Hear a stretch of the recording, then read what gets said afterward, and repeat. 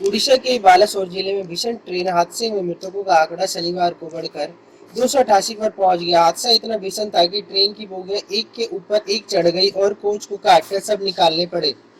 घटना में 1175 यात्री घायल हैं। हादसे की उच्च स्तरीय जांच शुरू कर दी गई है। शुरुआती जांच में सूत्रों ने संकेत दिया है कि हादसे की वजह सिग्नल में गड़बड़ी हो सकती है। भारतीय रेलवे के प्रवक्ता अमिताभ शर्मा ने कहा, बचाव अभियान पूरा हो गया है, अब हम बहाली प्रक्रिया शुरू कर रहे हैं। इस मार्ग पर कवच प्रणाली उपलब्ध नहीं थी। बालासोर में शुक्रवार शाम कोरोमंडल एक्सप्रेस और बेंगलुरु हावड़ा एक्सप्रेस की पटरी से उतरने और मालगाड़ी के टकराने से यह हादसा हुआ था।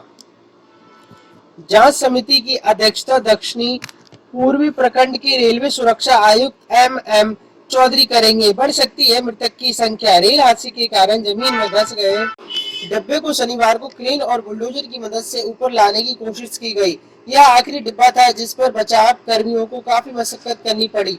अधिकारियों ने बताया कि ट्रेन का एक डिब्बा एक अन्य ट्रेन के डिब्बे के ऊपर गिरने के कारण धंस गया और उसे निकालने जाने के बाद मृतक संख्या बढ़ने की आशंका है। दुर्घटना ग्रस्त कोचों में कम से कम 3 अनारक्षित कोच थे। इस प्रकार से हताहत में बड़ी संख्या में अनारक्षित कोचों में यात्रा करने वाले यात्री होने की आशंका है। ऐसे हुआ रेल हादसा। रेलवे के एक अधिकारी के मुताबिक हावड़ा जा रही 12,864 बेंगलुरु हावड़ा सुपरफास्ट एक्सप्रेस की कई डिब्बे वहानागा बाजार में पटरी से उतर गए और दूसरी पटरी पर जा गिरे। पटरी से उतरते ये डब्बे 12,841 शालीमार चेन्नई कोरोमंडल एक्सप्रेस से टकरा गए और इसकी डब्बे भी पलट गए। उन्होंने बताया कि चेन्नई जा रही कोरोमंडल एक्सप्रेस के डब्बे पटरी से उतरने के बाद एक मालगाड़ी से टकरा गए, जिससे मालगाड़ी भी दुर्घटनाग्रस्त की चपेट में आ गई। कोरोमंडल एक्सप्रेस के 10 से 12 डिब्बे बेंगलुरु हावड़ा एक्सप्रेस की पटरी पर गिरे। घायल यात्रियों की राहत एवं बचाव कार्य में सेना के साथ वायुसेना और नौसेना की भी मदद ली। हेलीकॉप्टर के जरिए घायलों की अस्पताल पहुंचाया गया। रेलवे अधिकारियों के समन्वय से अभियान चलाया गया। घायलों की मदद के लिए 200 एम्बुलेंस लगाई गई। रक्षा अधिकारियों ने कहा कि पूर्वी कमान ने एम्बुलेंस और सहायता सेवाओं के अलावा सेना की चिकित्सीय और इंजीनियरिंग टीम ने मदद की। घायल यात्रियों के निकालने के लिए 2 Mi-17 हेलीकॉप्टर लगाए गए। NDRF के 300 कर्मी जुटे। राष्ट्रीय आपदा मोचन बल NDRF के 300 से अधिक कर्मियों ने बचाव कार्य को अंजाम दिया। पहली टीम शुक्रवार रात 8:30 बजे घटनास्थल पर पहुंची थी। महिला बचाव कर्मियों के अलावा चिकित्सा टीम भी मेडिकल किट के साथ घटनास्थल पर पहुंची।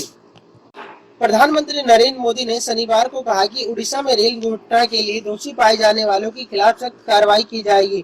मोदी घटनास्थल पर पहुंचे और पीड़ितों से अस्पताल में मुलाकात की। वहीं दुर्घटना स्थल पर रवाना होने से पहले प्रधानमंत्री ने उच्च स्तरीय बैठक की अध्यक्षता की। प्रधानमंत्री ने अस्पताल का दौरा करने के बाद पत्रकारों से बातचीत में कहा कि हम घायलों की सर्वश्रेष्ठ उपचार मुहैया कराएंगे।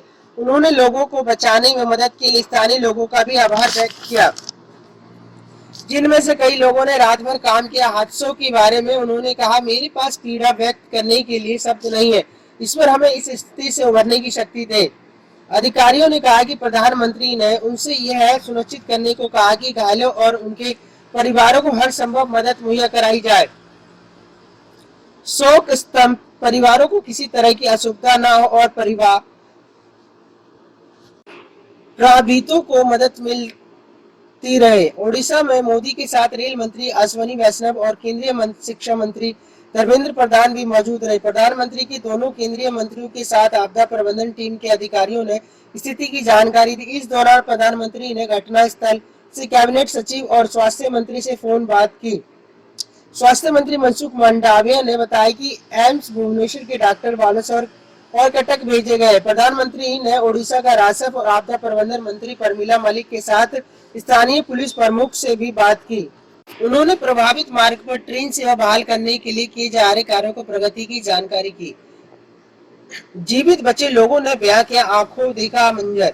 कोरोमंडल एक्सप्रेस में सवार यात्रियों ने घटना के बाद आंखों देखा मंजर बयां किया। पश्चिम बंगाल के पीयूष पोद्दार ने कहा, हमें अचानक झटका लगा और हमने ट्रेन के डब्बे एक और मुड़ते दिखे। ट्रेन इतनी तेजी से पटरी से उतरी कि हम में से कई लोग डब्बे से बाहर गिरे।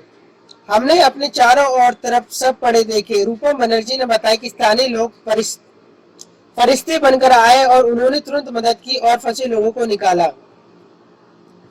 दुर्घटना की वजह पर रेलवे ने दी रिपोर्ट। कोरोमंडल एक्सप्रेस के लिए मेन लाइन पर हरा सिग्नल था, फिर भी यात्री ट्रेन लूप लाइन में घुसकर वह नागा बाजार स्टेशन पर खड़ी मालगाड़ी से टकरा गई। इसकी डब्बे दूसरी पटरी पर गिर गए, जिससे यशवंतपुरम हावड़ा एक्सप्रेस दुर्घटनाग्रस्त हो गई। यशवंतपुरम हावड़ा एक्सप्रेस के डीरेल पटरी से उतरना होने के कारण कोरोमंडल और मालगाड़ी हादसे की शिकार हुई।